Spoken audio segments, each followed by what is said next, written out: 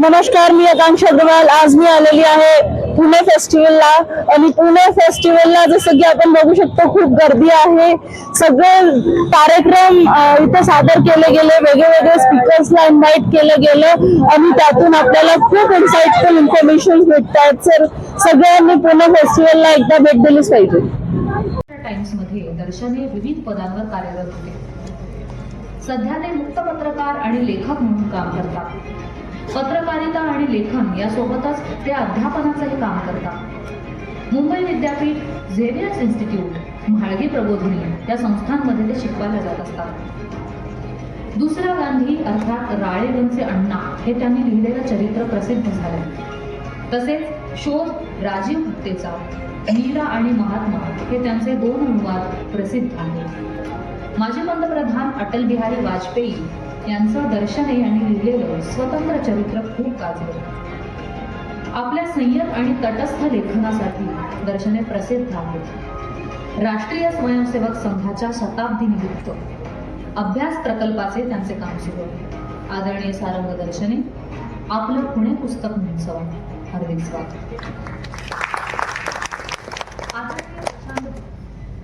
दीक्षित यांचा पत्रकारितेचा 33 वर्षाचा असा दीर्घ अनुभव. लोकसत्ता, सकाळ, दैनिक भास्कर आणि लोकमत या वृत्तपत्रांमध्ये त्यांनी वेगवेगळ्या महत्त्वाच्या पदांवर काम केले. केवळ युवकांसाठीचे पहिले वृत्तपत्र युवा सकाळचे ते कार्यकारी संपादक होते. भारतातील सर्वाधिक खपाच्या आणि जगातील 4थ्या क्रमांकाच्या दैनिक भास्करचे भावंड असलेले दिव्य मराठीचे ते महाराष्ट्र राज्य संपादक होते. दिव्य मराठीच्या 7 आवृत्त्या त्यांच्या नेतृत्वात निर्मित होत्या. 2018 ते 2021 लोकमतच्या पुणे आवृत्तीचे संपादक म्हणून काम बघितल्यावर त्यांनी स्वेच्छानिवृत्ती घेतली. पंतप्रधान नरसिंह राव यांच्या काळातील भारताच्या आर्थिक परिवर्तनाचे आणि रावांच्या व्यक्तिमत्वाचे चित्रण करणारा राव पर्व हा चरित्र ग्रंथ राजहंस प्रकाशनातर्फे प्रकाशित झाला. तसेच पंतप्रधान नरेंद्र मोदी यांचे राजकीय चरित्र सांगणारा नरेंद्र मोदी हा सुद्धा चरित्रपर ग्रंथ राजहंस प्रकाशनाकडून प्रकाशित झाला. या 2 चरित्र ग्रंथांमुळे मराठी चरित्र पुस्तकात विशेषतः राजकीय चरित्र या जॉनरमध्ये मोलाची भर घातली गेली आहे. इंदिरा गांधी ते नरेंद्र मोदी आणि व्यथित हिंदू ते खंबीर हिंदू या विषयांवर त्यांचा अभ्यास सुरू. आदरणीय प्रशांत दीक्षित, आपलं पुणे पुस्तक महोत्सव हार्दिक स्वागत.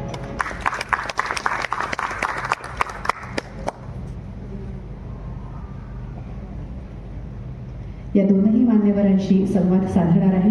जिला लेखनाची, वाचनाची आणि विशेषतः राजकीय विश्लेषणाची आवड आहे किंवा राजकीय लेखनाची जी आवड आहे अशी वसुंधरा काशीकर, जी अनेक वर्ष IBN लोकमत वृत्तवाहिनीवरती असोसिएट एडिटर आणि वृत्तनिवेदक म्हणून ती कार्यरत होती. राष्ट्रपती, पंतप्रधान, केंद्रीय मंत्री अशा अनेक मान्यवरांच्या सभा तिने त्याचं सूत्रसंचालन केलेलं आहे. 300हून अधिक मुलाखती तिने अनेक मान्यवरांच्या घेतलेल्या आहेत. शरद जोशी, शोध अस्वस्थ कल्लोळाचा या पुस्तकाची ती लेखिका सुद्धा आहे. त्यामुळे 3 लेखक एकमेकांशी गप्पा मारणार आहेत असं म्हणलं तर ते फारसं चुकीचं ठरणार नाही. या आजच्या कार्यक्रमाच्या निमित्ताने या तिघांसमोरचं आवाहन म्हणावं का आव्हान म्हणावं मला प्रश्न पडलाय.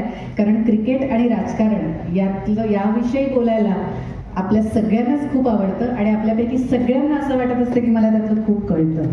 त्यामुळे आपण सगळेजण ज्यांच्या समोर बसलेलो आहोत ते अगदी दिग्गज मंडळी आहेत. कळणं आणि ते शब्दातून मांडता येणं आणि ते मांडत असताना तटस्थता राखणं ह्या सगळ्याच महत्त्वाच्या गोष्टी असतात. आपल्याला फक्त याची आवड आहे. ही 2 मान्यवर मंडळी या आवडीच्या पलीकडे जाऊन डॉक्युमेंटेशनमध्ये सुद्धा खूप उत्तम काम करत आहेत. त्यामुळे त्यांचे अनुभव ऐकत असताना या 3ही पर्वांचा उलगडा आपल्यासमोर होणार आहे, ज्याची सूत्र मी वसुंधराकडे देते आणि तिला विनंती करते या 3ही पर्वाच्या उलगड्यासाठी तिने या संवादाची सूत्र तिच्या हाती घ्यावीत. वसुंधरा काशीकर. हॅलो. धन्यवाद स्नेहल. माझी सगळ्या श्रोत्यांना उपस्थित विनंती आहे की समोरच्या खुर्च्या रिकाम्या आहेत, तुम्ही जर समोर येऊन बसलात तर आम्हाला अधिक छान वाटेल बोलताना. मागे बसलेल्यांनी जर कृपया समोर येऊन बसलात, कनेक्ट, आय कॉन्टॅक्ट चांगलं होतं ना, त्यासाठी मी म्हणते.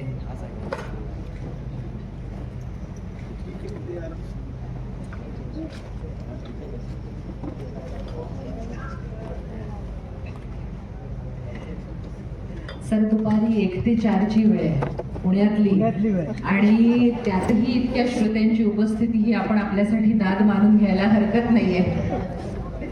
थेट मुलाखतीला सुरुवात करते. प्रशांत दीक्षित ज्येष्ठ पत्रकार आणि ज्येष्ठ पत्रकार सारंग दर्शने आपल्यासोबत उपस्थित आहे. दोघांचीही चरित्र त्यांनी जी लिहिली पंतप्रधानांवरची ती राजहंस प्रकाशनाने प्रकाशित केलेली आहे. प्रशांत दीक्षित यांनी राव पर्व आणि पंतप्रधान नरेंद्र मोदी यांच्यावरचं चरित्र लिहिलं आहे आणि सारंग दर्शने यांनी अटल बिहारी वाजपेयी यांच्यावरचं चरित्र लिहिलं आहे. माझा पहिला प्रश्न दीक्षित सर तुम्हाला आहे की भारतीय राजकारण आणि विशेषतः भारताच्या अर्थव्यवस्थेचा इतिहास लिहिताना पंतप्रधान नरसिंह राव आणि अर्थमंत्री मनमोहन सिंग यांचं नाव शीर्षस्थानी लिहिण्याशिवाय पर्याय नाही. 20 जून 1991 या ऐतिहासिक दिवशी काय झालं त्याची सुरुवात करू. खूप इंटरेस्टिंग गोष्ट आहे ती. पुस्तकात तर आहेच माझ्या, पण त्या दिवशी नरसिंहराव पूर्णपणे 380 डिग्रीमध्ये बदलले. म्हणजे ज्या एक समाजवादी विचारसरणीतनं ज्याला गव्हर्नमेंट कंट्रोल मार्केट म्हणतात, बाजारपेठेवर सरकारचा पूर्ण घट्ट पकड, अशा मनस्थितीतनं येणारा एक माणूस पंतप्रधान झाला आणि त्यांनी एक 8 पानी टिपण पाहिलं जे नरेश चंद्र तेव्हाचे कॅबिनेट सेक्रेटरी त्यांनी तयार केलं होतं आणि ते टिपण पाहिल्यावर नरसिंहराव अक्षरशः अर्ध्या तासात बदलले. त्यांनी ते टिपण 5 वेळा वाचलं आणि त्याच्यानंतर ते नरेश चंद्रना एवढंच म्हणाले की परिस्थिती एवढी वाईट आहे का. नरेश चंद्र हसून म्हणाले, याहून बरीच वाईट झालेली आहे, दुकान बंद करायची वेळ आलेली आहे. आणि कारण ते सोनं गहाण टाकायला लागलं होतं, परकीय चलन 2 आठवडे पुरेल इतकं होतं. 3 महिन्यानंतर अशी स्थिती येणार होती की पगार देता येतील की नाही सरकारी कर्मचाऱ्यांना. इतक्या मोठ्या आर्थिक संकटात खाईत सापडलेला होता भारत. नरसिंहराव त्यानंतर त्यांनी त्याचा अभ्यास केला, अनेक गोष्टींचा नंतर अभ्यास केला, ज्याचं सगळं वर्णन माझ्या पुस्तकात आहे. आणि त्या दिवसात ते बदलले आणि ते एकटे बदलले नाही तर भारत बदलला.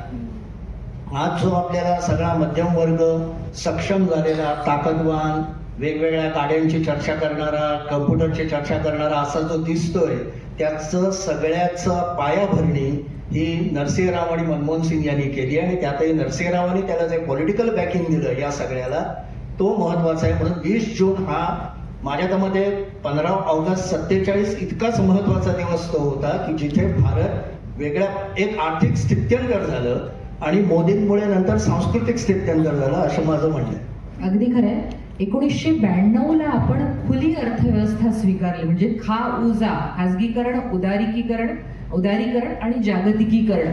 परिस्थिती अशी होती सर की तुम्ही म्हटलं की सरकारी कर्मचाऱ्यांचे पगार देऊ शकू की नाही, म्हणजे थोडक्यात वाईट शब्दात बोलायचं झालं तर भारत कंगाल झाला होता. दिवाळखोर कोणी शब्दच वापर. कंगाल झाला होता आणि भारतासमोर IMFने डोक्यावर बंदूक ठेवली होती की एक तर तुम्ही खुली अर्थव्यवस्था करा, नाही तर आम्ही तुम्हाला कर्ज देणार नाही. मला तुम्हाला दुसरा प्रश्न हा विचारायचा आहे की पंतप्रधान नरसिंहराव यांच्या जागी ज्योती बसू असते आणि अर्थमंत्री मनमोहन सिंग यांच्या जागी सीताराम येचुरी असते, इमॅजिनरी सिच्युएशन घेऊन, तरी सुद्धा आपल्याला उदारीकरण करावंच लागलं असतं का? करावं लागलं असतं, पण या पद्धतीचं झालं नसतं. मला मोठं कॉन्ट्रीब्युशन दिसतं ते मनमोहन सिंग नरसिंहरावांचं, की ज्या पद्धतीने त्यांनी योग्य मार्गाने केलं. डायग्नोसिस सगळेच करतात, पण योग्य औषध देणारा डॉक्टर लागतो आणि तो असा डॉक्टर लागतो की जो पुढे माणसाची आरोग्य क्षमता वाढवेल. नरसिंहराव आणि मनमोहन सिंगांनी ते केलं. डावे पक्ष सुद्धा करायला तयार होते, पण त्यांना IMF आंतरराष्ट्रीय नाणेनिधीचं कर्ज अजिबात नको होतं. त्यांना रशियाकडनं मदत हवी होती, कारण आयडिओलॉजिकल त्यांचे सगळे त्यांच्या डोक्यात बसलेल्या कल्पना होत्या. त्याचं एक छोटं उदाहरण मी देतो, कशा पद्धतीने तेव्हा नॅरेटिव्ह किंवा लॉबीज काम करायच्या. आता आपण हा शब्द नेहमी ऐकतो, हा पूर्वीही व्हायचा. आंतरराष्ट्रीय नाणेनिधीकडे भारताने कर्जाचा प्रस्ताव दिला होता की आम्हाला काही कर्ज हवाय, आम्ही काही गोष्टी करायला तयार आहोत. त्याच्यात लेबर हा शब्द LOBOR अमेरिकन पद्धतीने लिहिलेला होता आणि आपण लेबर हा शब्द LABOUR असा लिहितो. हा मुद्दा पकडून N. राम हे जे फार मोठे संपादक हिंदूचे मानले जातात, म्हणजे आहेतही ते मानले, हा शब्द मी वेगळ्याने म्हणतो, तर त्यांनी मोठी वार्तापत्र लिहिली आणि भारतीय सगळी अर्थव्यवस्था ही कशी अमेरिकेच्या दावणीला बांधलेली आहे अशी वार्तापत्र आली. त्याची पुस्तिका ज्योती बसूंनी काढली आणि ती खूप ठिकाणी सर्क्युलेट केली. त्यामुळे डाव्या पक्षाने जरी उदारीकरण थोडंफार स्वीकारलं असलं तरी बेसिकली त्यांचा उदारीकरणाला विरोध होता. स्टेट कंट्रोल इकॉनॉमी हेच त्यांचं ध्येय होतं. त्यामुळे नरसिंहरावांनी आणि मनमोहन सिंगांनी जे काही केलं ते त्यांनी केलं असतं असं मला अजिबात वाटत. म्हणजे इम्प्लिमेंटेशन पण कदाचित भारताला अधिक गरीब केलं असतं. आता आर्थिक सुधारणांचं सारांसर हे जे धोरण आहे जे राव आणि मनमोहन सिंग यांच्यापासून सुरू झालं आणि आज सगळे फळं आपण त्याची चाखतो आहोत. हे अटलजींनी निर्गुंतवणुकीचं विशेष खातं निर्माण करून आणि त्याचा कारभार जो आहे तो जेटलींना सोपवून पुढे नेलं असं वाटतं का? नमस्कार. श्रोते कमी असले तरी दर्दी आहे ते मला माहिती आहे, त्याच्यामुळे मी मनापासून बोलणार आहे. आपल्या भारताचं एक वैशिष्ट्य मला असं नेहमी वाटतं की 3 गोष्टींमध्ये भारताच्या सगळ्या धोरणांमध्ये ही स्वातंत्र्यापासून कंटिन्युटी राहिलेली आहे. त्याच्यातलं एक म्हणजे संरक्षण, दुसरं म्हणजे परराष्ट्र धोरण आणि 91 पासून कंटिन्युटी राहिलेलं तिसरं धोरण म्हणजे आर्थिक धोरण. त्यामुळे एक सत्तांतर ज्या वेळेला झालं त्यावेळेला जे हिकअप्स बसतात, धक्के हिसके बसतात, तसे आर्थिक धोरणाच्या बाबतीत हिसके बसले नाहीत. आणि अटल बिहारी वाजपेयींच्या सरकारने आपण जर पाहिलं तर आर्थिक धोरण जे आहे, मुक्त आर्थिक धोरण हे एका अर्थाने खूप पुढे नेलं. म्हणजे आज प्रशांतनी सांगितलं आपल्याला की इकॉनॉमिक म्हणजे इलेक्ट्रॉनिक क्रांती जी झाली आहे त्याचे जनक आहेत राव असं, पण ती क्रांती सुद्धा अटलजींनी पुढे नेली. आपल्याकडे ब्रिटिशांनी केलेला एक दूरसंचाराचा कायदा होता, टेलिग्रामचा कायदा, टेलिफोन आणि टेलिग्रामचा जो कायदा होता तो कायदा अटलजींच्या काळामध्ये मोडला गेला, म्हणजे तो दूर झाला. आणि त्याच्यामुळे आपल्याकडे आज जी क्रांती दिसते आपल्याला, सगळे हातातले फोन, व्हॉट्सअप, वेगळे चॅनेल्स, हे सगळं त्यामुळे झालेलं आहे. आणि अटलजींच्या नेतृत्वाचं एक वेगळेपण असं की हे ज्या वेळेला करायचं होतं त्यावेळेला मंत्रिमंडळामधून त्याला विरोध होऊ नये म्हणून ते खातं त्यांनी स्वतःकडे घेतलं त्या काळापुरतं. आणि त्या काळामध्ये ही क्रांती जी होती, कम्युनिकेशन रिव्होल्युशन जी सुरू झाली होती, ती त्यांनी पुष्कळ पुढे नेली. अशीच त्यांनी इतरही बाबतीत नेली. निर्गुंतवणुकीचा तू उल्लेख केलास तर निर्गुंतवणुकीची जी टोटल सम आहे, म्हणजे एकूण रक्कम आहे, ती अटलजींच्या काळामध्ये जास्त आहे. त्यांनी मोठ्या कंपन्यांचं निर्गुंतवणुकीकरण केलं आणि एका अर्थाने त्यांना मनातून पटलं होतं की आर्थिक आता ही जी वाटचाल आहे तीच योग्य वाटचाल आहे आणि ती रावांनी योग्य सुरुवात केली आहे. भारतासारख्या लोकशाही देशामध्ये अशा प्रकारची जी कंटिन्युटी लागते ती राहणं अवघड असतं. पण आपण आत्ताच्या नेत्यांची जरी वक्तव्य काहीही पाहिली तरी सुद्धा 91 पासून 2005 पर्यंत मोठ्या प्रमाणामध्ये आर्थिक बाबतीमध्ये ही कंटिन्युटी राहिली आणि त्याचं श्रेय जसं रावांना जातं तसंच मोठ्या प्रमाणामध्ये अटलजींनाही जातं. एक मला इंटरेस्टिंग गोष्ट सांगायची आहे. राव आणि अटलजी अतिशय घनिष्ठ मित्र होते. म्हणजे मी त्यांचे 2 कार्यक्रम कव्हर केलेले आहेत आणि अटलजींच्या कवितांचं इतकं उत्कृष्ट रसग्रहण रावांनी केलं होतं. दुसरा भाग म्हणजे मनमोहन सिंग यांनी जेव्हा वैतागून अंतर्गत टीकेल आणि वैतागून राजीनामा दिला तेव्हा त्यांना 4 गोष्टी सुनावण्यासाठी रावांनी अटलजींची नेमणूक केली आणि अटलजींनी भाषण केलं संसदेत की गेंड्याची कातडी असल्याशिवाय सरकारमध्ये काम करता येत नाही, हे लक्षात घ्या. अटॅक तुमच्यावर नाही आहे, अटॅक रावांवर आहे, तुम्हाला पुढे केलं जात आहे, हे अटलजींच्या तोंडून रावांनी वरवून घेतलं. अशी त्यांची मैत्री होती. अटलजींचा उल्लेख आता झाला आणि आपण धोरणाच्या कंटिन्युटी बद्दल बोलतोय आणि म्हणून मला प्रश्न विचारा असं वाटतं की कालच पृथ्वीराज चव्हाण यांचं एक स्टेटमेंट आहे की अटलजींनी अणुस्फोट करणं ही त्यांची घोडचूक होती आणि त्यामुळे पाकिस्तानला प्रोत्साहन मिळालं. तर दोघांनी यावर प्रकाश टाकावा. चांगला प्रश्न आहे. मी आधी बोलतो मग नंतर प्रशांत पुढे जोडेल त्याला.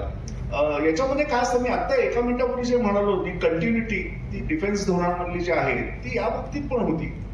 आणि नरसिंहरावांचं सरकार 91 ते 96 या काळात जेव्हा होतं त्यावेळेला सगळी अणुस्फोटाची तयारी पूर्ण झाली होती. केवळ फॉर्मल औपचारिक निर्णय बाकी होता. पण दुर्दैवाने भारताच्या अशा काही हालचाली चालल्या त्याचा सुगावा सियायला लागला आणि अमेरिकेने ते सगळं थांबवलं.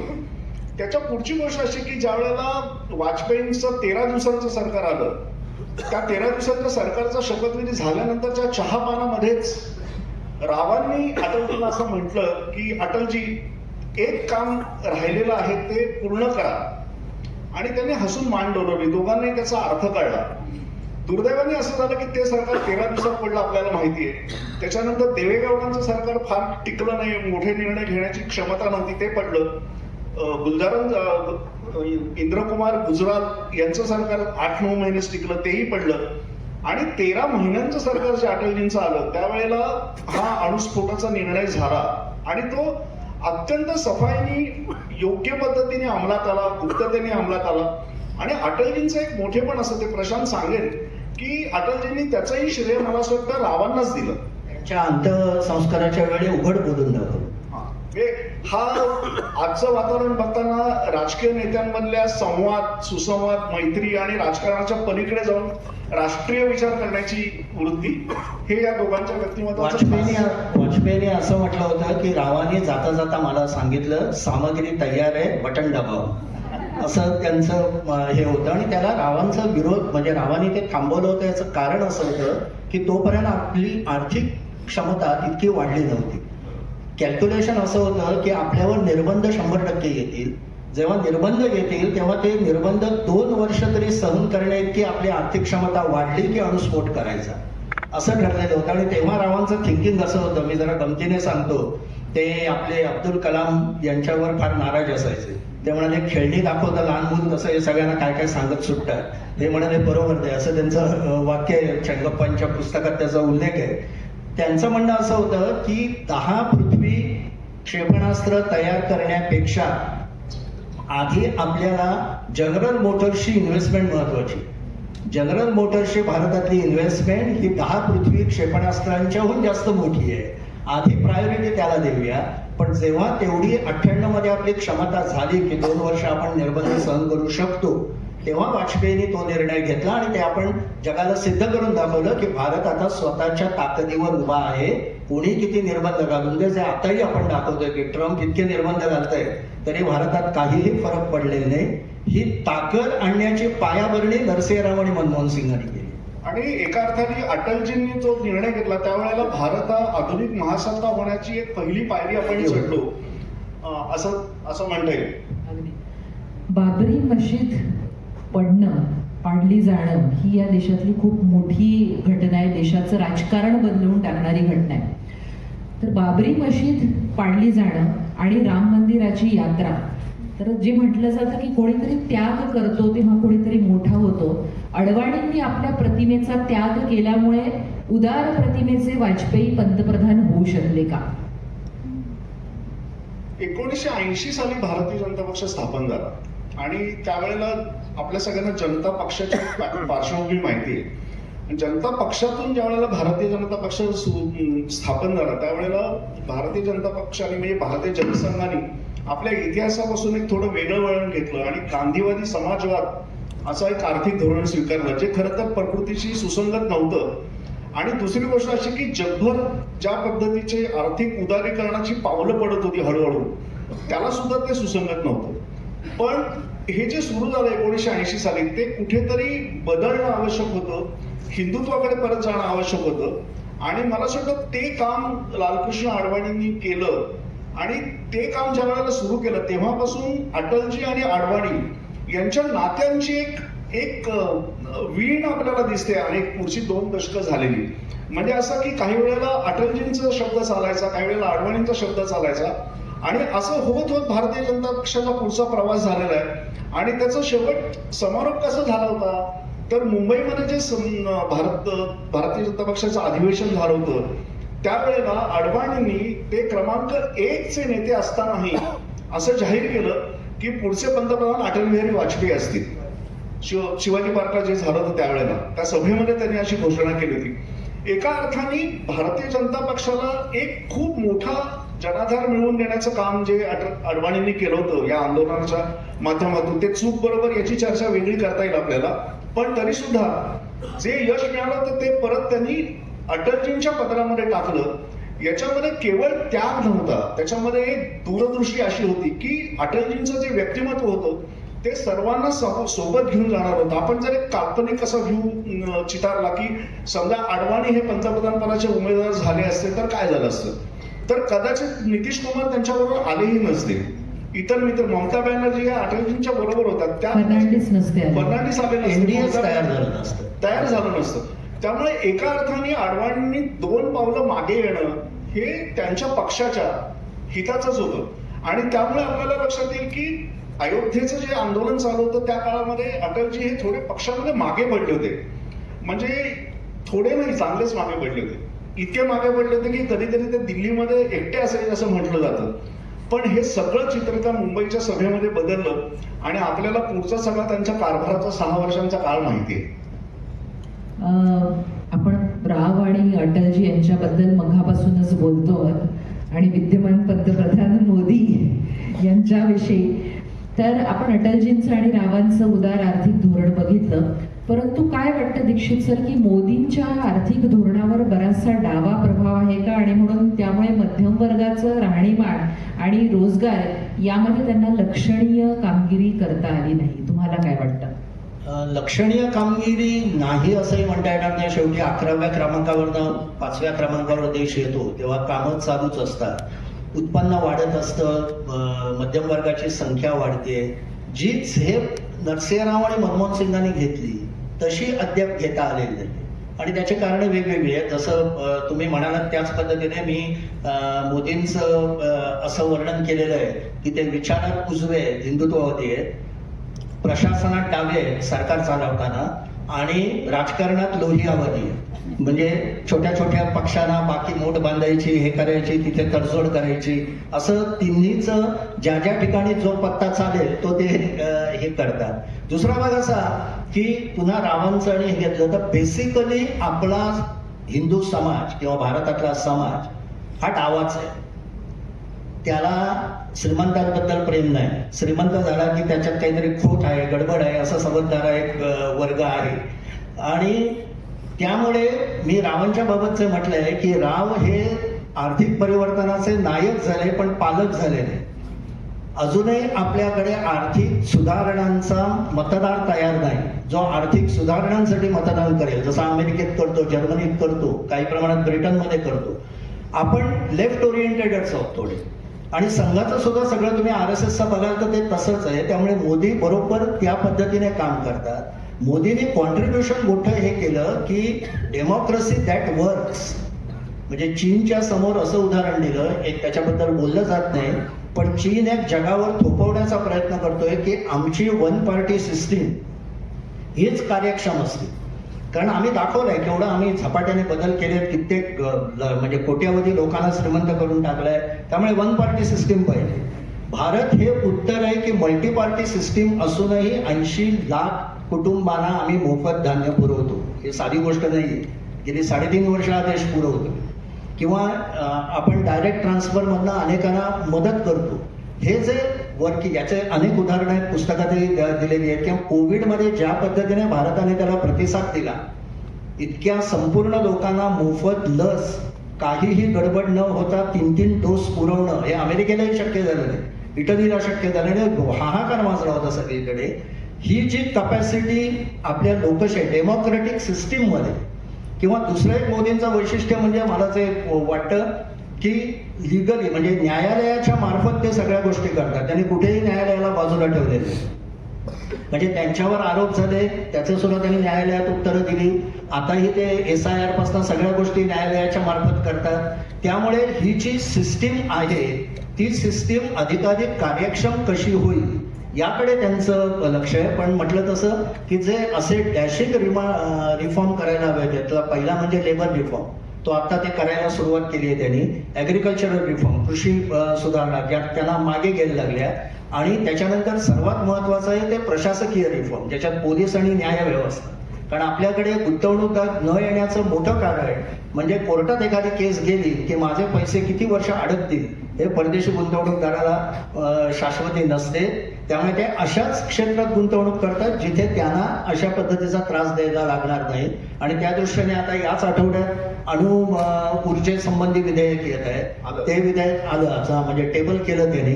त्याच्यात असे परदेशी गुंतवणूकदार आणायचा मोदींचा प्रयत्न आहे. पण त्यामुळे असं आपलं नेत्रद्वीप असं म्हणत चमकदार असं धोरण दिसलं नसलं तरी स्मॉल रिफॉर्म्स खूप चालले. खूप चालेल. एक मला याच्यात मुद्दा असा मांडायचा आहे की आपण नेहमी ना कोणत्या तरी मॉडेलचा विचार करतो. रशियन मॉडेल कम्युनिझमचं किंवा अमेरिकन मॉडेल फ्री इकॉनॉमीचं. तसं नाहीये. भारताला भारताचं मॉडेल हवंय आणि भारताचं मॉडेल आपल्याला प्रूव्ह करून दाखवायचंय. आता त्याच्यामध्ये कोणत्या गोष्टी आपल्या हुकल्या तर 1952 साली जेव्हा भारतीय जनसंघ स्थापन झाला त्यावेळेला त्यांचं आर्थिक धोरण काय होतं की पहिल्यांदा अंतर्गत उदारीकरण करा. ज्या गोष्टी सरकारने करायच्या नाहीयेत, ज्या गोष्टी खासगी लोकांनी कंपन्यांनी करायच्या त्या करणं आवश्यक आहे. आता यावेळेला एक संसदेतल्या एका जुन्या चर्चेची मला आठवण झाली ती मी सांगतो की ज्या वेळेला दिल्लीमध्ये 5 स्टार हॉटेल हे सरकारने सुरू केलं त्यावेळेला अटलजींनी लोकसभेमध्ये त्याच्यावरती टीका केली आहे आणि त्यांनी असं म्हटलं की हॉटेल चालवणं हे तुमचं काम नाहीये किंवा तो लॉजिक पुढे म्हणलं तर एअरलाईन चालवणं हे सरकारचं काम नाहीये. शाळा काढणं हे तुमचं काम आहे, हॉस्पिटल्स काढणं हे तुमचं काम आहे असं अटलजी तेव्हा म्हणाले. नेहरूंना म्हणाले होते अटलजी. हो करेक्ट, हे नेहरूंना ते म्हणाले. नेहरूंना म्हणाले. आणि त्यामुळे अंतर्गत सुधारणांचा जो प्रवाह आधी यायला पाहिजे होता तो न आल्यामुळे आपल्यावरती 91 साली फार प्रचंड प्रेशर आलं सुधारणांचं आणि त्यात सुधारणा काहीशा हॅपहॅझर्ड अर्धवट झाल्यासारख्या आपल्याला दिसतात. आपल्या सकाळच्या 2 चर्चांमध्ये जो उल्लेख झाला तो मी परत करतो. ते म्हणजे 91 साली आपल्या शेती सुधारणांना सुद्धा सुरुवात व्हायला हवी होती, ती झाली नाही. ते प्रकरण मोदींच्या पर्यंत येऊन ठेपलं आणि अजूनही ते अर्धवट आहे. अजून आता तर आपण सावध व्हायला पाहिजे की आपल्यापेक्षा वेगाने पाकिस्तान शेती सुधारणा करतोय. पाकिस्तानमध्ये पहिल्यांदा शेतकऱ्यांवर इन्कम टॅक्स लादला जातोय. आपण पाकिस्तान म्हणजे बँकरप्ट देश आहे, फालतू देश आहे अशा समजुतीत असतो. तसं नाहीये, ते खूप बदलतंय आणि ते आपणही बदलणं तितकं महत्वाचं आहे. दुसरं आहे, तू जे सांगितलंस त्याला पूरक म्हणजे 91च्या सुधारणा आपण सेवा क्षेत्रात मोठ्या केल्या पण मॅन्युफॅक्चरिंग आणि याच्यात कमी झाल्या आणि भारताचं मोठं दुर्दैव म्हणजे भारताने कुठल्या बसेस चुकवल्या असं बोललं जातं. औद्योगिक क्रांती आपल्याकडे झाली नाही वगैरे वगैरे.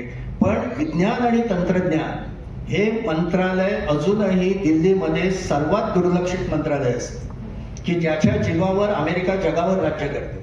अनेक तंत्रज्ञानांच्या बाबत आपण कॉपी पेस्ट मध्ये पुढे आहोत पण आपण ओरिजिनल निर्मिती करणं विशेषतः विज्ञान तंत्रज्ञानातली आणि याला उद्योगपतीही जबाबदार आहेत. म्हणजे गंमत म्हणजे नरसिंहरावांच्या आर्थिक उदारीकरणाला काँग्रेस बरोबर उद्योगपतींनी मोठा विरोध केला होता. म्हणजे जे उद्योगपती आता म्हणतात मोदी काही करत नाहीयेत वगैरे पण त्यांचाच विरोध मोठा होता कारण त्यांना कंट्रोल इकॉनॉमीमध्ये फायदा खूप जास्त होता. त्यांना स्पर्धा नको होती. तुमच्यापैकी जुनी मंडळी असतील त्यांना आठवत असेल, तरुण मंडळींना माहीत नाही पण तेव्हा बजाज चेतकची स्कूटर मिळायला 5 वर्ष लागायची आणि मुलीच्या हुंड्यात सांगितलं जायचं बजाज चेतक घेऊन देऊ आणि 5 वर्ष 500 रुपये भरायला लागायचे. आज तुमच्या दाराशी लोक येऊन उभे असतात की काय 500 रुपये द्या गाडी घेऊन जा. या पद्धतीचा जो म्हणजे तो बदल केला. आणि आणखी एक इंटरेस्टिंग सांगतो की हे इकॉनॉमिक रिफॉर्म जे सगळे झाले ते मुख्यतः उद्योग धोरणात झाले. इंडस्ट्रियल पॉलिसी रावांनी बदलली आणि ते त्याचे मंत्री होते.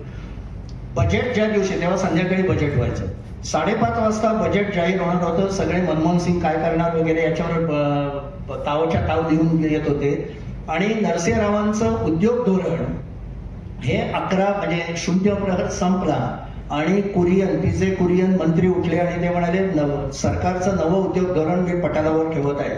बस काही बोलणं त्याच्यावर झालं नाही. नरसिंहरावांनी ते मांडलं नाही, काही नाही. संध्याकाळी मनमोहन सिंगांनी भाषण केलं. व्हिक्टर ह्युगोचं वाक्य म्हटलं every idea has a time आणि भारताचा आता तो वेळ आलेली आहे. जगभर प्रचंड त्याच्यावर चर्चा झाली की कसा भारत हे झालंय.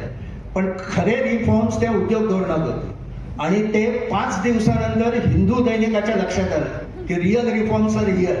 5 दिवसानंतर ती बातमी आहे आणि नरसिंहरावांनी त्याचं काही क्रेडिट घेतलं. याचं कारण पुन्हा आपल्या मानसिकतेत आहे. जे मी सांगितलं, रावांना कायम भीती वाटायची की आपण श्रीमंतांच्या बाजून आहोत की काय, गरिबांच्या बाजूून आपण राहिलं पाहिजे आणि उद्योग धोरण तसं दाखवत नाही म्हणून ते मागे राहिले. हा बेसिक प्रॉब्लेम आहे आपल्या सायकोलॉजी. प्रॉफिट इज त्याच्यात प्रशांतनी जे नाव घेतलं त्या उद्योगपतींच्या नेतृत्वाखाली एक क्लब स्थापन झाला होता. त्याला बॉम्बे क्लब असं म्हणायचं आणि टाटाही होते त्यात. आणि त्या बॉम्बे क्लबचं काम हेच होतं की सरकारला उदारीकरण करण्यापासून रोखायचे. याच्यामध्ये एक छोटा मी मुद्दा मांडतो की याच्यामध्ये या सगळ्या पंतप्रधानांना, म्हणजे या 3 पंतप्रधानांसकट सगळ्यांना अशा गोष्टी करताना काहीतरी क्लुप्त्या वापराव्या लागतात. अटलजींना पण त्या क्लुप्त्या अनेकदा वापराव्या लागल्यात. म्हणजे मगाशी मी जे उदाहरण दिलं टेलिकम्युनिकेशनचं, याचं कारण असं आहे, मोदींना त्या वापरायला, मोदींनी त्यांच्या स्वभावामुळे ती न वापरता कृषी धोरण धडाकेबाजपणे आणल्यामुळे ते मागे घ्यावं लागलं त्यांना. आता त्यांना ते शिकले असतील त्याच्यातून काहीतरी. पीसमील थोडं थोडं करायचं असतं, नकळत करायचं असतं, दिशाभूल करून करायचं असतं. हे पक्षाला विश्वासात घ्यायचं असतं, जे नाव करायचं. जे करायचे. पण हे भारतात का करावं लागतं याचं बेसिक कारण काय माहितीये? याचं कारण भारतीय मनोवृत्ती ही स्पर्धेला अनुकूलच नाहीये, ती संरक्षणाला अनुकूल आहे. मला सगळं संरक्षण द्या, मला जातीचं संरक्षण द्या, मला राजकीय संरक्षण द्या, मला माझ्या आर्थिक गटाचं संरक्षण द्या, मला माझं प्रादेशिक संरक्षण द्या, किंवा परीक्षा घेऊ नका, पास करा. असं म्हणजे जी पाश्चात्य राष्ट्र जी मोठी झाली आहेत ती स्पर्धानुकूल मनोवृत्ती झाल्यामुळे झाली आहे. आणि आपण उदारीकरणाच्या वाटेने अटलजी गेले, राव गेले, मोदी गेले, मनमोहन सिंग गेले, पण ही स्पर्धाशील मनोवृत्ती भारतीयांमध्ये कशी रुजवायची या प्रश्नाला आजपर्यंत कोणताही पंतप्रधान किंवा नेतृत्व खऱ्या अर्थाने अजून भेटलंच नाहीये. त्याचं एक आणखी उदाहरण देतो की रावांनी जेव्हा नवीन धोरण मांडलं तर काँग्रेसमधनच मोठा विरोध झाला. अर्जुन सिंग वगैरे सगळे विरोधात होते. मग रावांनी जयराम रमेशला बोलवून घेतलं आणि त्याला सांगितलं नेहरू आणि इंदिरा गांधींची सगळी भाषणं वाच आणि त्यातनं जिथे जिथे जी वाक्य मुक्त धोरणाला अनुकूल असतील ती काढून त्याचं प्रिएम्बल बनव. आणि त्याच्यानंतर मनमोहन सिंगांना ते वाचायला सांगितलं आणि मनमोहन सिंगांनी मग काँग्रेस वर्किंग कमिटीमध्ये ते मांडल्यानंतर अर्जुन सिंग म्हणाले, ये सरदारजी तो आमसे ज्यादा काँग्रेस जानता है. म्हणजे हेच एक करणं होतं आणि त्यातनं काँग्रेसचा पाठिंबा मिळवणं होतं. ते वन मॅन शो नव्हते, ते असे ग्रुपने बरोबर जायचे, वाजपेयींना बरोबर, विरोधी पक्षांना बरोबर घेऊन जायचे. हे कौशल्य होतं त्यांच्या. मला तुम्ही दोघंही बोलत असताना शरद जोशींची आठवण झाली.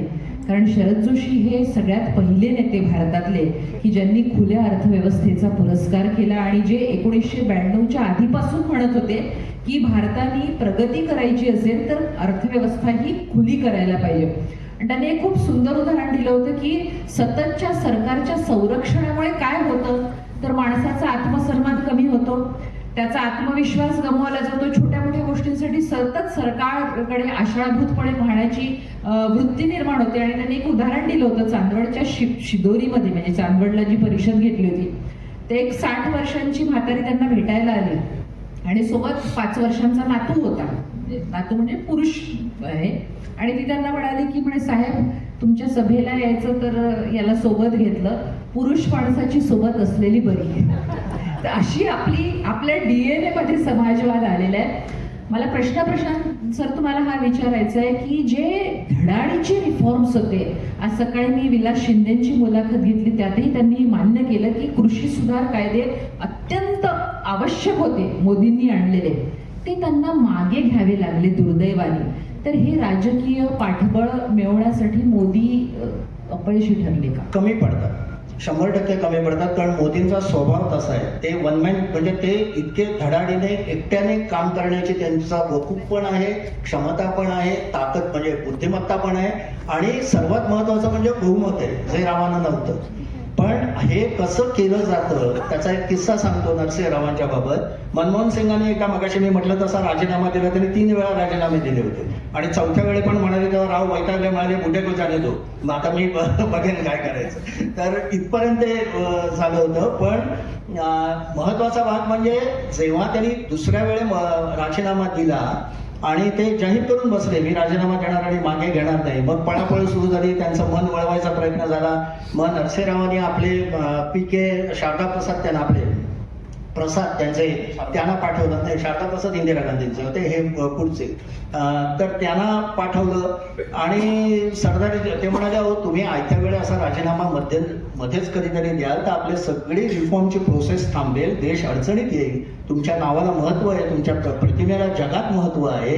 तर म्हणजे मनमोहन सिंगांच्या प्रतिमेला किती महत्व होतं तर पाकिस्तान आपले चीनच्या पंतप्रधानांनी मनमोहन सिंगांसाठी गाडी ड्राईव्ह केली होती ते अर्थमंत्री असताना, इतकं त्यांची वकूफ होता. आपण आता जाऊन दे, काही लोक चेष्टा करणारे काय वाटेल ते सोशल मीडियावर बोलतात, पण तो माणूस या ताकदीचा होता. तर त्याने ते म्हणाले मी आता जाहीर करून बसलोय, मी कसं काय मागे घेऊ. तसे याने प्रसाद यांनी म्हटलं की तुम्ही मागे घेणार नक्की येणार, आणि मनमोहन सिंगांची पत्नी पण म्हणाली की तुम्ही मागे घेतलं पाहिजे, काय करायचं ते आम्ही बघतो. आणि मग त्यांनी सांगितलं सगळ्या महत्वाच्या वृत्तपत्राच्या संपादकांशी संपर्क साधला, वृत्तपत्रांच्या प्रमुख वार्ता म्हणजे आमच्यासारखे पत्रकार होते त्यांच्याशी संपर्क साधला, आणि मनमोहन सिंग देशाला आवश्यक कसे आहे याचे तावच्या ताव भरून आले पुढचे 2-3 दिवस. आणि मग मनमोहन सिंगाने जाहीर केलं की, आणि रावांनी मग जाहीर केलं की जनमनाचा कौल बघता मनमोहन सिंगाने परत आलं पाहिजे, त्यामुळे त्यांचा राजीनामा मी मागे घेते किंवा त्यांना मागे घ्यायला सांगत आहे. ही जी कृती आहे ना करणं, या पद्धतीने बरोबर घेणं. आता होत आहे कसं, सरकार जे काही करत आहे ना त्याच्यासाठी एक वातावरण निर्मिती करायला लागते, जे नरसिंहराव खूप सफाईने करत, ती आता होत नाही. मला आणखीन जोडून प्रश्न विचारायचा आहे की मोदींच्या निर्णयाबद्दल आपण बोलतोय. उज्ज्वला योजना असेल महिलांसाठीची, हर घर जल हर घर नल ही योजना असेल, महिलांप्रतीची एक विशेष संवेदनशीलता मोदींच्या निर्णयांमध्ये दिसून येते. या संवेदनशीलतेचं बीज तुम्हाला कुठे सापडलं? तळागाळातनं आलेले. दुसरे दोन्ही पंतप्रधान तसे नव्हते, ते एलिट क्लासमधनं आले होते. दोघांचंही, नरसिंहराव तर याच फर्ग्युसन या अँफिथिएटरमध्ये बसून भाषणं केलेली आहेत ते, म्हणजे ते, आणि स्वतःला अभिमान आहे. मी दिल्लीत होतो तेव्हा सांगायचं विठ्ठलराव गाडगीळ, आणि ते तिथे फर्ग्युसन लोकांचा क्लब होता, फर्ग्युसन मधनं शिकलेले, आणि ते वारंवार भेटायचं. त्यांना प्रचंड अभिमान होता फर्ग्युसन बद्दल. त्याने ते खगोलशास्त्राचं पोस्ट ग्रॅज्युएशन करायचं होतं नरसिंहराव, पण नंतर ते पॉलिटिक्समध्ये गेले आणि वकील झाले, सगळंच बदललं. तर पुण्याबद्दल अभिमान 100% त्यांना होता, पण मुख्यतः एलिट क्लासमधनं होते. नरेंद्र मोदी ज्या पद्धतीने त्यांचा जो सगळा, मी पहिल्या 4 चॅप्टरमध्ये भाग केलाय, किती गरिबीतनं हळूहळू चढत आले. आणि हे चढत असताना, असे गरिबीतनं चढत बरेच जण येतात, पण हे चढत असताना त्यांची जी अँटेना तल्लक होती की सर्वसामान्य जनतेला काय हवं आहे, माझ्या आईला धुराचा किती त्रास होत होता हे लक्षात घेता लाकडांच्या ऐवजी गॅस घराघरातनं गेला पाहिजे, हे समजणं लहानपणापासून त्यांनी बघितलेलं असल्यामुळे, किंवा शौचालय होणं घरात हे किती आवश्यक आहे. म्हणजे मी उत्तर प्रदेशात तेव्हा फिरलो होतो, नंतर त्यांचे रिपोर्टही आलेले आहेत. अनेक महिलांनी, स्त्रियांनी असं सांगितलं की आमच्यासाठी शौचकूपांची योजना इतकी महत्वाची आहे, कारण नाहीतर रात्र पडेपर्यंत आम्हाला शौचाला जाताच यायचं नाही, कारण गावाबाहेर जायला लागायचं आणि तेव्हा टवाळपुरं बसलेली असायची. ही सगळी आमची धास्ती भीती नरेंद्र मोदींच्या या योजनेमुळे दूर झाली. किंवा घरात लाकडं आणायची वेळ आली नाही, डोळ्यात धूर जाण्याची वेळ आली नाही. त्यामुळे आम्ही तिथे फुटबॉल बनवतात युपी मध्ये काही ठिकाणी, आम्ही 2 फुटबॉल बनवायचो ते 5 फुटबॉल बनवायला लागलो, कारण आमचा वेळ वाचला.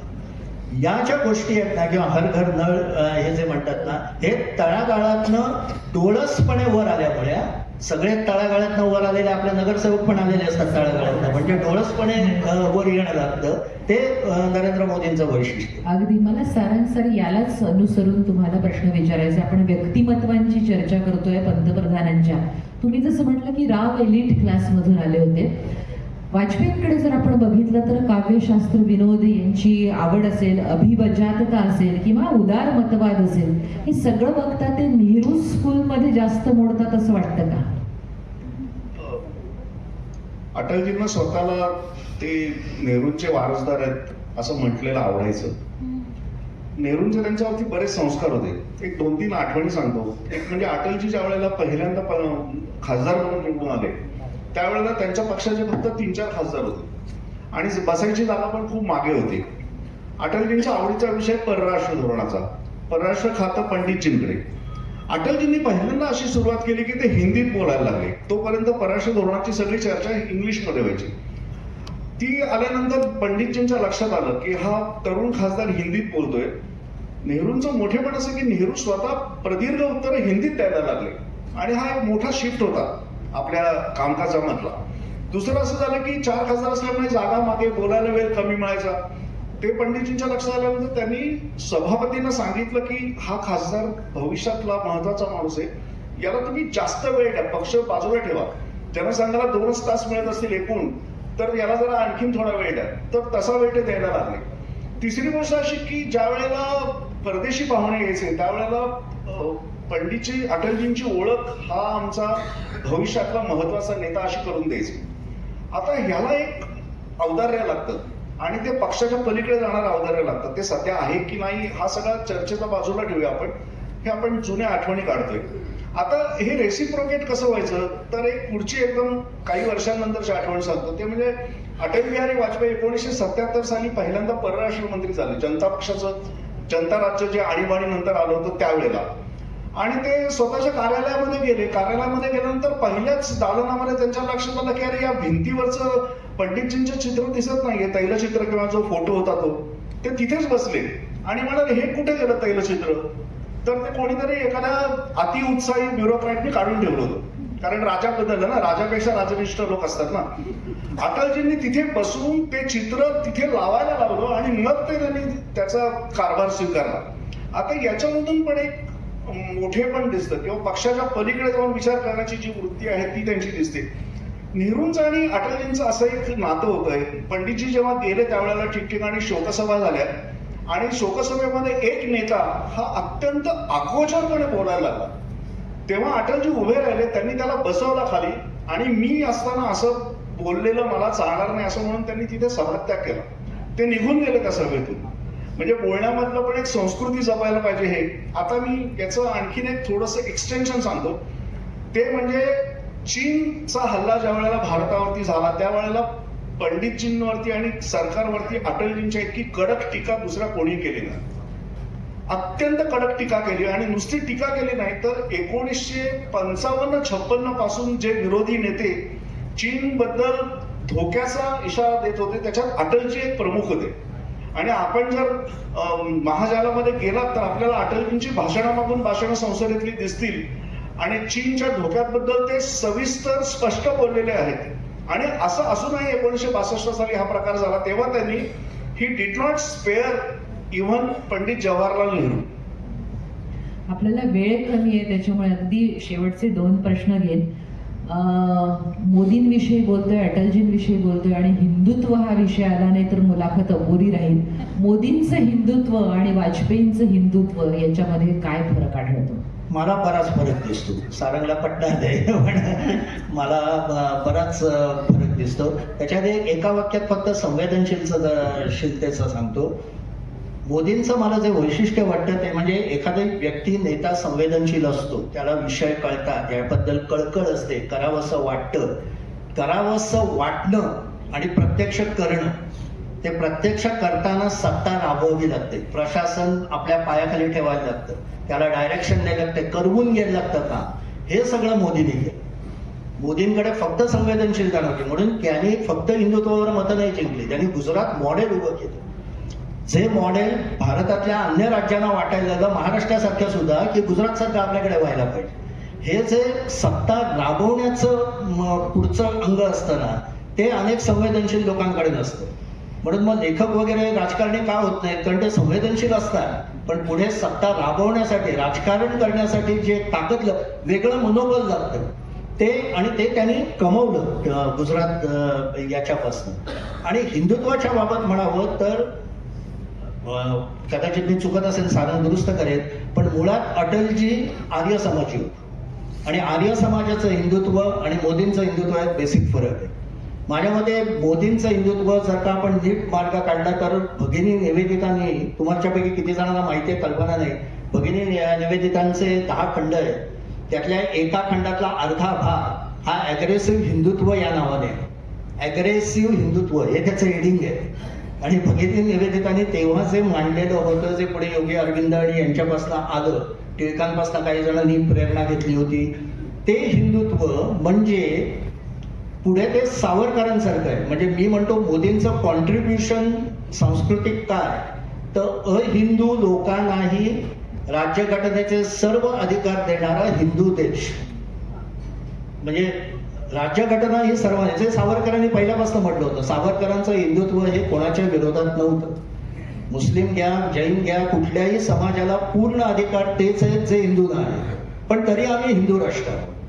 ही जी मांडणी सावरकरांनी केली होती ती तशी न मांडता मोदी त्या दिशेने एक जे आता मॅकॉलेचं त्यांनी स्थित ते म्हणाले की 25 पर्यंत पुढच्या पण 1 मिनिट ब्रेक करून विचारते की आपण हिंदू असण्याबद्दल अनअपॉलॉजेटिक असणं 100% हे मोठं यश आहे का नाही, त्याच्यामध्ये? मी व्यथित हिंदू असा शब्द वापरला. विशेषतः मीनाक्षीपुरम झालं किंवा त्याच्यानंतर बऱ्याच घटना झालेल्या आहेत, पण एक काळ असा आला होता की हिंदू असणं म्हणजे मागासलं असणं, हिंदू असणं म्हणजे मनुस्मृती जागवणं, हिंदू असणं म्हणजे काहीतरी वेगवेगळ्या कर्मकांडात हे होणं. हे बदलून यांनी पहिल्यांदा असं सांगायचा प्रयत्न केला, सांगितलं की मी हिंदू आहे आणि त्याची मला लाज वाटत नाही, इनफॅक्ट अभिमान वाटतो.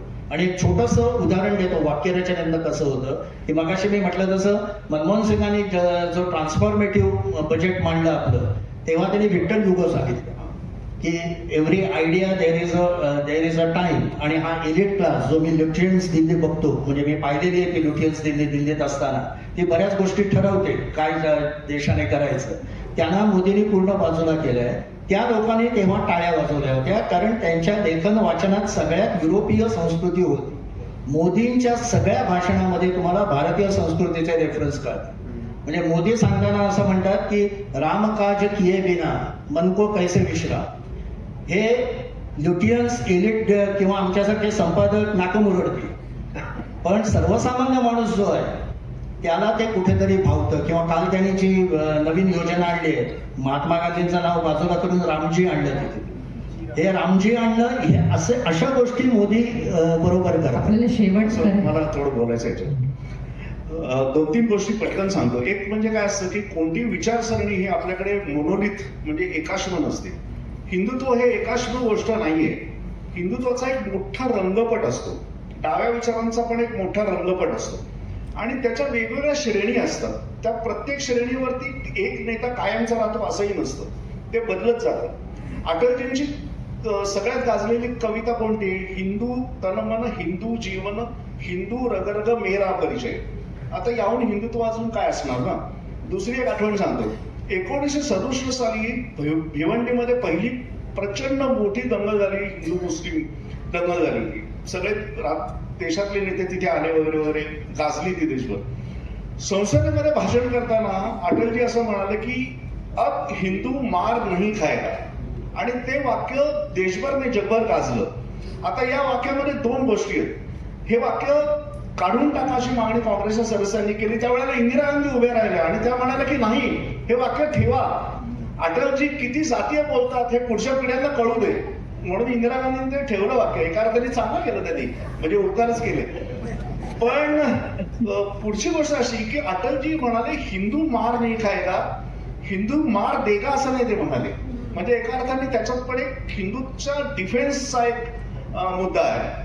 आणखी एक मुद्दा म्हणजे जर अटलजींना संपूर्ण मेजॉरिटी मिळाली असती तर मला नेहमी असं वाटतं की त्यांनी पण 370 कलम काढून टाकलं असतं. याबाबत हा, म्हणजे तो कसं असतं की राजकारणामध्ये ऍडॅप्टेबिलिटी लागते, ऍडजस्टेबिलिटी लागते. तुम्हाला परिस्थिती बघून निर्णय घ्यावे लागतात. त्यामुळे अनेकदा काळाची बंधनं सुद्धा त्यांच्यावर होती. तरी सुद्धा अटलजींचं हिंदुत्व हे प्रोग्रेसिव्ह होत गेलेलं आहे. आणि त्यांनी काही वेळेला संघ नेत्यांच्याशी अशी चर्चा केल्याचे उल्लेख आहेत की आपण समजा भारतीय हा शब्द हिंदू शब्दाऐवजी वापरला तर काय हरकत आहे.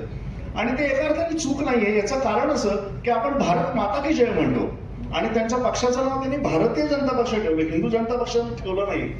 भारत आणि हिंदू हे 2 शब्द एका अर्थाने पर्यायवाची आहेत. मला असं वाटतं की आपल्या देशामध्ये सगळ्या जातीच्या, सगळ्या धर्मांच्या, सगळ्या लोकांना जागा आहे, त्यांना पुरेसं समान स्थान आहे. आणि ही जी भूमिका आहे हेच सावरकरांची भूमिका. एक्झॅक्टली ही भूमिका वाजपेयींची, मोदींची, रावांची, सगळ्यांची भूमिका समान आहे. आता फक्त जे दिसतंय ते काय माहितीये का, ते तुम्ही हिंदू असल्याचं एक सोशल किंवा पॉलिटिकल असर्शन दिसतंय. म्हणजे तुमच्यामधला जो एक प्रकारचा गंड होता, तो न्यूनगंड असेल, भयगंड असेल किंवा अलुफनेस असेल, तो जाऊन मी हिंदू आहे आणि ती वस्तुस्थिती आहे, त्याच्याबद्दल खेद बाळगायचं काही कारण नाही किंवा अपराधगंड बाळगायचं कारण नाही. अशा प्रकारचं एक असर्शन मोदींनी दिलंय. त्याच्यामध्ये फक्त एक धोका आहे पुढे. तो धोका असा आहे की हिंदू समाजाला सगळं आपण जगामधले सर्वश्रेष्ठ समाज आहोत आणि आपल्यामध्ये काही चुका नाही आहेत आणि आपल्याकडे काही कमतरता नाही आहेत असं जर वाटायला लागलं तर ती एक परागतीची नवीन सुरुवात होईल. अगदी मी अगदी एका वाक्यात, राव थोडे मागे पडले म्हणून एका वाक्यात सांगतो की नरसिंहरावांचं कॉन्ट्रीब्युशन मी 2 गोष्टीत दाखवतो. 91 साली त्यांनी सत्ता हातात घेतली तेव्हा सोनं गहाण पडलं होतं. मी मगाशी सांगितलं तसं दुकान बंद करायची वेळ आली. 97 मध्ये रिलायन्सने इंटरनॅशनल मार्केटमध्ये 100 दशलक्ष डॉलर उभे केले. 100 दशलक्ष, ज्या भारताला सोनं गहाण ठेवल्याशिवाय पैसा द्यायला जग तयार नव्हतं, त्या भारत देशातल्या एका कंपनीला 100 दशलक्ष डॉलर उभे करायला तयारी दाखवली. दिस इज ट्रान्सफॉर्मेशन. आणि दुसरं म्हणजे इंडिया एड कन्सोर्टियम नावाची एक संस्था होती जी भारताला मदत करायची. नरसिंहरावांच्या काळानंतर त्यांनी त्याच्यात बदल करायला लावला आणि इंडिया डेव्हलपमेंट फोरम, म्हणजे भारताबरोबर आमचा विकास, भारताला मदत नाही असं जग म्हणायला लागलं. दिस इज ट्रान्सफॉर्मेशन आणि क्रेडिट गोज टू नरसिंह. खरं म्हणजे इतके प्रश्न एक वाक्य फक्त बोलतो की या आपल्या चर्चेचा सगळ्याचा सारांश काय माहितीये की स्टोरी ऑफ इंडिया ही सर्व पक्ष, सर्व नेते आणि सर्व सरकार यांच्या पलीकडे जाऊन चालत राहणारी एक प्रक्रिया आहे आणि ती प्रक्रिया सगळ्या पंतप्रधानांच्या कार्यकाळामध्ये पुढे पुढे पुढे चालत राहिली आणि याचं भान सुबुद्ध नागरिकांनी आणि लोकांनी मनाशी बाळगणं आणि काही वेळेला पक्षीय दृष्टिकोनाच्या पलीकडे जाणं. नाही, हे लक्षात ठेवून सोशल मीडियावर कमी व्यक्त होणार. पण तुम्ही म्हटलं तसं की हिंदुत्वाच्या संदर्भामध्ये समप करताना असं म्हणता येईल की एक थेसिस अँटीथेसिस ची स्टेज आलेली आहे. व्यथित हिंदुत्वाकडून अभिमान हिंदुत्वाचा, त्याच्यातून काहीतरी निश्चितच उत्तम सिंथेसिस होईल अशी आपण आशा बाळगूया. खरं म्हणजे इतके ह्युमन इंटरेस्ट विषय पण काढले होते, पण वेळेची मर्यादा आहे त्यामुळे आपल्याला इथे थांबावं लागतंय. शेवटी फक्त एवढं सांगेन की अटल बिहारी वाजपेयी, नरसिंहराव आणि नरेंद्र मोदी ही 3ही पुस्तकं राजहंसाच्या स्टॉलवर उपलब्ध आहे. तिथे आपण ती विकत घेऊ शकता. मनापासून धन्यवाद. धन्यवाद.